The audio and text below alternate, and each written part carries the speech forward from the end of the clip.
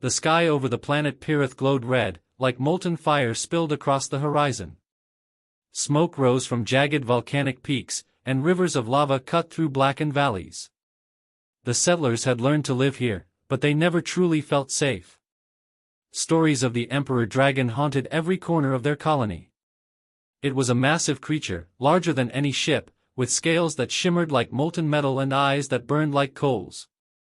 The dragon's roar could shake the mountains, and its breath could turn forests to ash in minutes. Even the adult settlers who had faced danger before trembled at the thought of it. Among these settlers was a boy named Elias. He was 12, smaller than most of the others, with bright eyes full of curiosity. Unlike the adults, he did not tremble when the dragon's name was spoken. While others ran or hid, Elias often climbed the volcanic cliffs to watch from a distance. He liked to see the dragons flying across the crimson sky, their wings stirring clouds of ash and smoke. Where others saw only danger, Elias saw something incredible: beauty, strength, and mystery. The elders warned everyone to stay far away. The Emperor Dragon does not forgive, they said. No one has ever returned from its cave alive. They spoke of lost scouts, brave warriors, and even entire squads who tried to study the dragons and vanished without a trace. Their bones were said to lie buried somewhere in the blackened valleys, a warning to all who dared challenge the beast. No human had ever touched a hatchling. Not one. The young dragons were said to be even fiercer than their mothers. They attacked without warning, breathing fire and clawing anything that came near. Elias had heard the stories 1,000 times, but he did not feel fear. Instead, he felt wonder. He believed that if someone could approach a dragon with the right courage and care, maybe it would not attack. Most people called him foolish, but he did not mind. His father had died in a mining accident when he was small, and Elias had learned that life was too short to waste on fear. One evening, as the red sun sank behind the volcanic peaks, Elias climbed higher than usual. He reached a cliff overlooking a small crater, its edges glowing with the heat of lava. There, huddled near the edge, was a dragon hatchling. Its scales glinted in the fading sunlight, bright orange with streaks of black. But something was wrong. The hatchling limped, one wing bent awkwardly, and its small body shivered. It made low, pained roars that echoed across the valley. Most humans would have turned and run. But Elias did not. He crouched behind a rock, keeping himself hidden, and watched. His heart pounded, but it was not fear, it was concern. The hatchling was alone, probably separated from its mother. It was hurt, scared, and very young. Something inside Elias told him he had to do something. From the village below, he could see adults gathering near the edge of the forest, looking up at the smoke from the volcano. They whispered and shook their heads. "It's too dangerous," one said. "We cannot help. Let it be." But Elias shook his head. He understood why others were afraid. The dragon could kill a person with one swipe of its claw. But he also knew that doing nothing would not help the hatchling, and it would not stay safe alone. Elias slowly climbed down the cliff, using jagged rocks for support. Every step he took was careful. He spoke softly to himself, reminding himself to stay calm. The hatchling's eyes followed him. They were wide, filled with fear and confusion. For a moment, Elias thought the hatchling might attack him. Its small claws scraped the ground, and it hissed quietly, smoke curling from its nostrils. But Elias did not move fast or make sudden gestures. He just sat a few meters away, keeping still, and looked at the hatchling with gentle eyes. He thought of the stories the elders told, about how dragons could sense fear and anger. He forced himself to breathe slowly, letting calmness flow through him. He reached into his small backpack and pulled out a piece of dried meat he had saved from breakfast. He placed it gently on a rock and pushed it closer to the hatchling with a stick. The dragon sniffed it, eyes narrowing, and then hesitated. Elias held his breath. Minutes passed. The hatchling shifted, stretched one claw toward the meat, then pulled back. Elias whispered, "It's okay. I'm not going to hurt you." The hatchling stared at him for a long moment, its chest heaving, then slowly stepped forward and sniffed the meat. It was careful, but it ate. Elias smiled quietly. From the cliffs above, the other children watched from a distance, whispering in disbelief. No one had ever seen a human so close to an emperor dragon. The story of the fearless boy was beginning, not yet complete, but the first spark had been lit. Elias had done what no one else dared. He had braved the impossible. As the sun dipped completely below the horizon, casting long shadows over the jagged mountains, Elias sat near the hatchling. The valley was quiet except for the low roar of distant lava flows. Something had shifted in the world that evening. For the first time, the Emperor Dragon hatchling had seen a human who was not afraid. And for the first time, a human had approached a creature that everyone said could not be approached. In the village below, whispers began to spread. Did you see that? The boy, he touched it. He stayed with it, fear and awe mixed together, and somewhere deep inside, the settlers felt a spark of hope. Maybe, just maybe, humans were not as weak as they thought.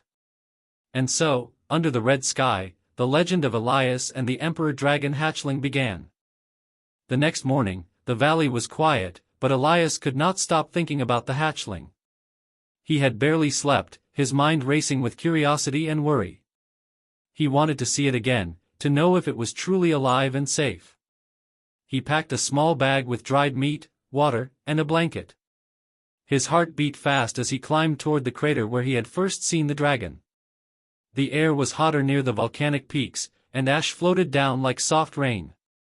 Elias moved carefully, watching for cracks in the black rock. When he reached the edge of the crater, his breath caught. The hatchling was there, awake, but it did not move much. Its small wing was bent, and it shivered slightly. Elias could see the pain in its eyes. He wanted to help, but he knew he had to be careful. One wrong move, and the hatchling might attack him. He crouched behind a rock, taking a deep breath. "It's okay," he whispered softly. "I'm here to help." The hatchling lifted its head and looked at him. Its eyes were wide, glowing faintly in the early morning light. Elias smiled gently and placed some meat on a flat stone, just like yesterday. The hatchling sniffed, stepped closer, and then hissed quietly. Elias froze, waiting. Minutes passed. The hatchling's tail twitched nervously, but it did not back away. Elias slowly reached out a hand, keeping his palm open. The hatchling lowered its head and sniffed his fingers. It was tense but curious. Elias's heart raced with excitement and fear.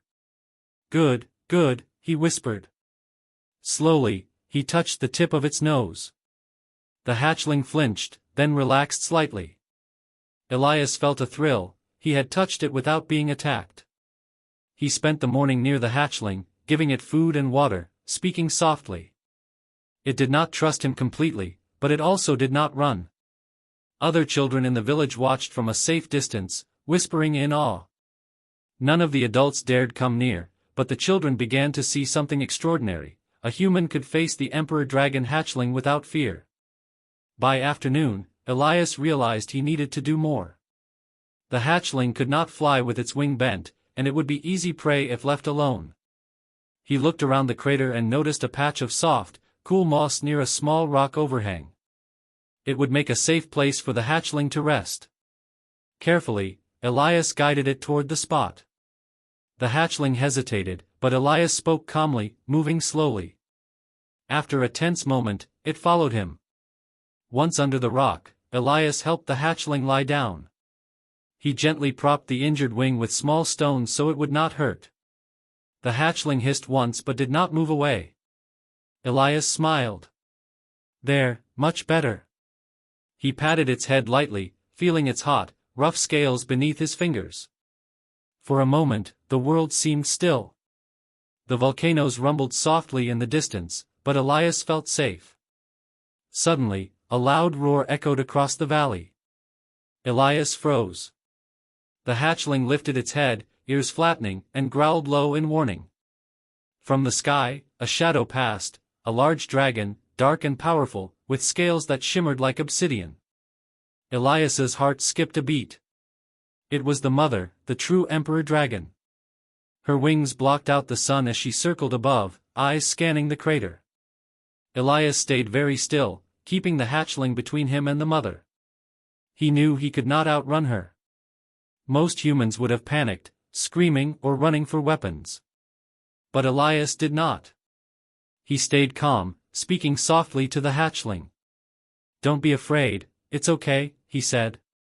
The hatchling looked up at him, its fear mixing with trust. The mother dragon landed with a ground-shaking thud. Dust and small rocks tumbled around her. She lowered her head toward the hatchling, growling. Elias held his breath. He did not move. Slowly, carefully, he extended a hand. The mother dragon hissed, smoke curling from her nostrils. Elias felt the heat and the power, but he did not flinch. Instead, he spoke in a soft, calm voice, showing no fear. Minutes passed. The mother dragon studied him, her eyes glowing like molten gold. Elias kept still, showing respect without weakness. Finally, the dragon straightened and took a slow step back. Elias felt relief wash over him. He had done what no human had dared. He had faced the Emperor Dragon and survived, not by strength, but by courage. The hatchling slowly rose, following Elias's gentle guidance. It stumbled, but he supported it with his hands. Together, they walked back toward the safer part of the crater, away from the mother's immediate attention. Elias looked up at the sky. The mother dragon watched them for a long moment, then spread her wings and soared into the clouds, leaving them alone. Elias exhaled, feeling the weight of what had just happened. He had not only survived but had gained the first spark of trust from both dragons. Other children in the village ran toward him, cheering quietly. The adults remained distant, unsure what to make of it. But Elias did not care. He had learned something important: humans could face impossible danger, not with weapons or force, but with courage, patience, and care. As the sun began to set, painting the valley in deep reds and oranges, Elias sat next to the hatchling. He gently stroked its scales, and it nuzzled him softly. For the first time, he felt a connection, a bond that went beyond fear and legend. Something had changed in the world that day. The settlers had always feared the dragons. Now, they saw a human who could stand beside them. Elias looked at the hatchling and whispered, "We'll get through this together." The hatchling blinked slowly, almost as if it understood. For Elias, it was more than a survival lesson. It was a promise: humans, though small and weak in many ways, could achieve the impossible with courage, heart, and determination. And so, under the glowing sky of Pirith, the first real bond between a human and an emperor dragon hatchling had begun. The days passed slowly, but Elias did not grow bored. Every morning, he climbed toward the crater to check on the hatchling. Each day it grew stronger, its small scales beginning to shine brighter in the sun. Its wounded wing healed slowly, and it started to test its legs, hopping and stumbling across the rocks. Elias watched with pride. The hatchling was no longer a helpless creature, it was learning to survive. But not everyone in the village shared Elias's excitement. The adults were still afraid. They whispered that the boy was foolish, that he would be the one to bring disaster upon them all. "Dragons do not forgive," one elder said. "One wrong move, and he will be gone." Yet Elias did not listen. He had learned something they had forgotten: dragons were not just beasts. They were creatures that could understand courage, respect, and care. One morning, Elias arrived at the crater to find the hatchling waiting for him. It did not hide or growl. Instead, it tilted its head curiously, watching him as he approached. Elias smiled. "Good morning, little one," he said softly. He held out his hand, and the hatchling stepped closer, brushing its head against his palm. The feeling was electric, a spark of trust passing between them. Elias had never felt anything like it. He decided it was time to try something new. He wanted the hatchling to learn that humans were not enemies, that they could help, not harm. He pulled out a small wooden stick and a ball of clay he had shaped. He rolled the clay into a small ball and placed it near the hatchling. "Catch it," he said gently. The hatchling sniffed the ball, then nudged it with its nose. It rolled, and the hatchling pushed it back toward him. Elias laughed quietly. Good job. You're learning. For hours, Elias played and trained the hatchling. He taught it to follow simple commands, like moving to a rock or stepping over a small ledge. It was slow, and there were mistakes, but the hatchling was eager, curious, and smart. Elias realized that dragons, even fierce ones, could learn when approached with patience and respect. But peace never lasts long on Pirith. That afternoon, a group of older children from the village came climbing the cliffs. They had heard whispers of Elias's bravery and the hatchling, and they wanted to see it for themselves. Elias froze. The hatchling tensed, hissing softly.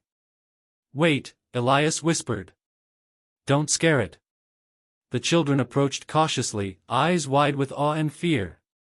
Is that a real dragon? One of them asked. Yes, Elias replied softly. And it's friendly. But you must be calm. Don't move too fast. The children nodded and stepped carefully. The hatchling sniffed the new arrivals, then hissed lightly but did not attack. Elias smiled, proud of the trust they had built. It was the first time the hatchling had been near other humans without fear. As they played, a loud roar echoed from above. The mother dragon had returned, circling the crater. The children froze, terror in their eyes. Elias held out a hand to them. Stay calm, he whispered. It's okay. We've done nothing wrong. The hatchling stepped forward, as if introducing him to its mother. The mother dragon landed, wings spreading wide, and her gaze fell on Elias. He did not move.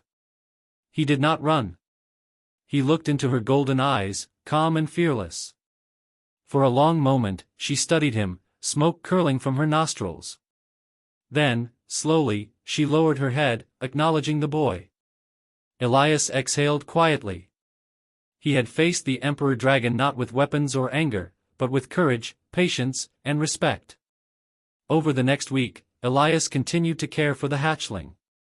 He built a small shelter near the crater, using stones and logs, and brought water and food daily.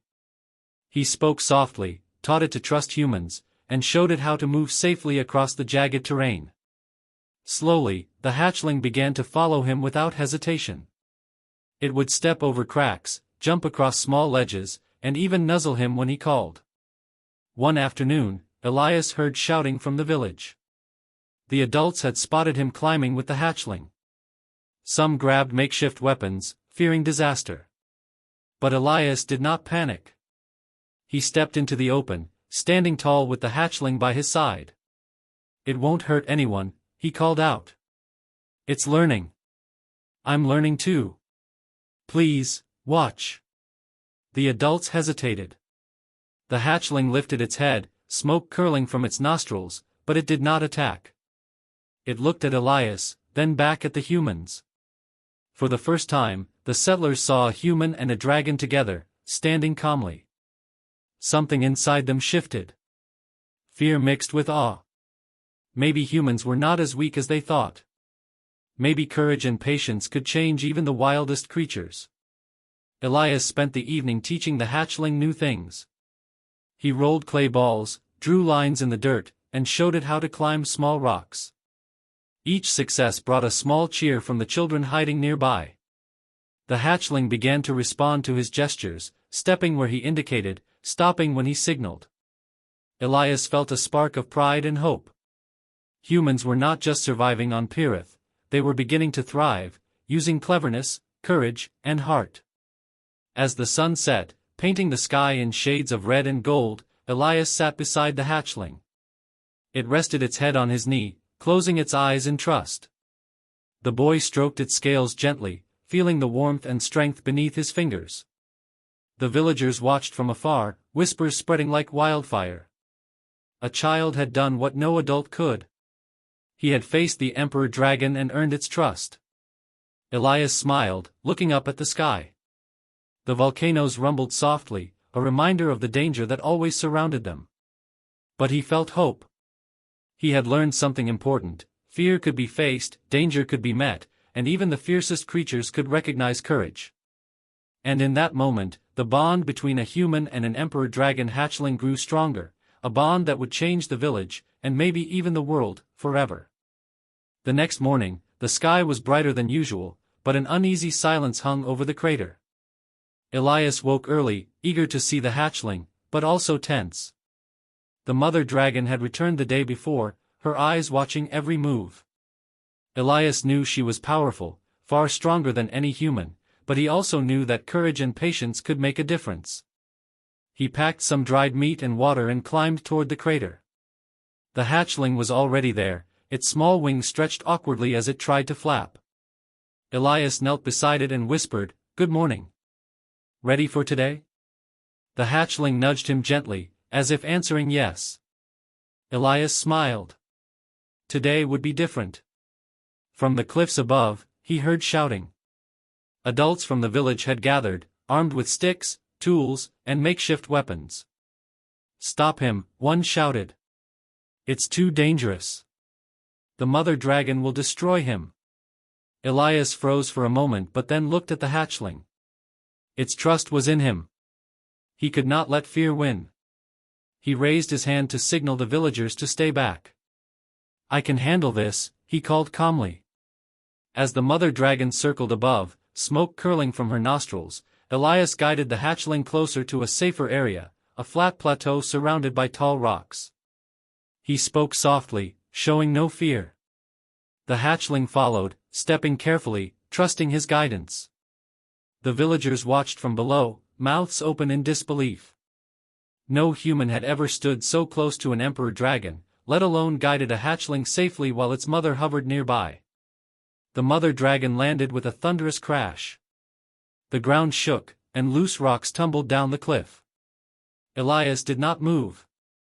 He stood tall, chest steady, eyes calm. The hatchling flinched but stayed by his side. The mother lowered her head, sniffing, observing, testing. Elias could feel the heat of her breath and the power in her muscles. But he did not panic. He knew fear could provoke an attack. Instead, he bowed slightly, showing respect without weakness. Minutes passed. The mother dragon hissed, smoke spiraling into the sky, and then did something unexpected. She stepped back. Elias's heart raced. He realized that courage, calmness, and respect had earned her recognition. This was no longer just about survival, it was about connection. He whispered to the hatchling, "See? She's listening." The hatchling nuzzled his hand, trusting him completely. But the moment of peace was shattered. From the far edge of the valley, a group of scavenger drones, left behind from an old mining expedition, whirred to life. They had sensors for heat and movement and immediately focused on the mother dragon and hatchling. The adults below panicked. "Shoot! Stop them," they yelled, but the drones moved faster than humans could react. They buzzed toward the dragons, spinning rotors and making a high-pitched whine. Elias's mind raced. The drones could easily harm the hatchling, or even the mother. There was no time to run. He looked around, noting the plateau and rocks. Then, an idea formed.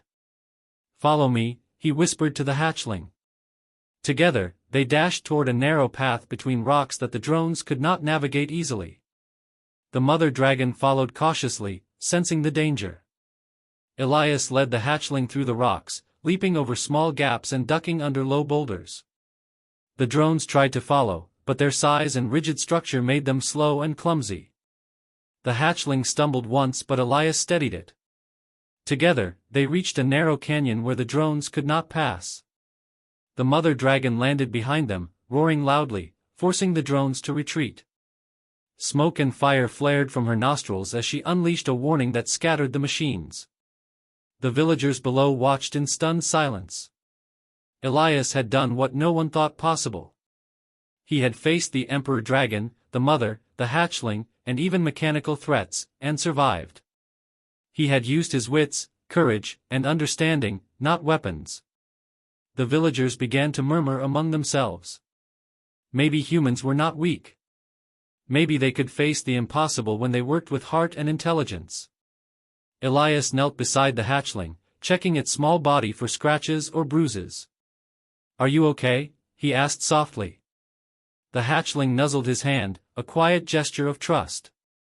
He looked up at the mother dragon, who lowered her head again, acknowledging him once more. Elias smiled.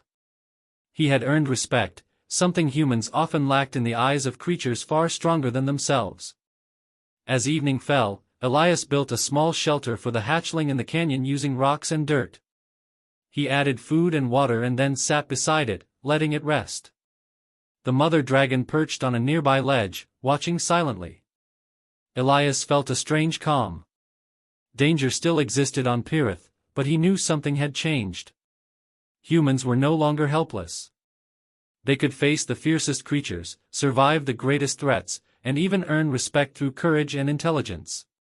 For the first time, he realized that his actions had changed the world, even if only a little. The hatchling looked up at him with eyes that seemed to understand. Elias smiled, stroking its scales gently. "We'll protect each other," he whispered.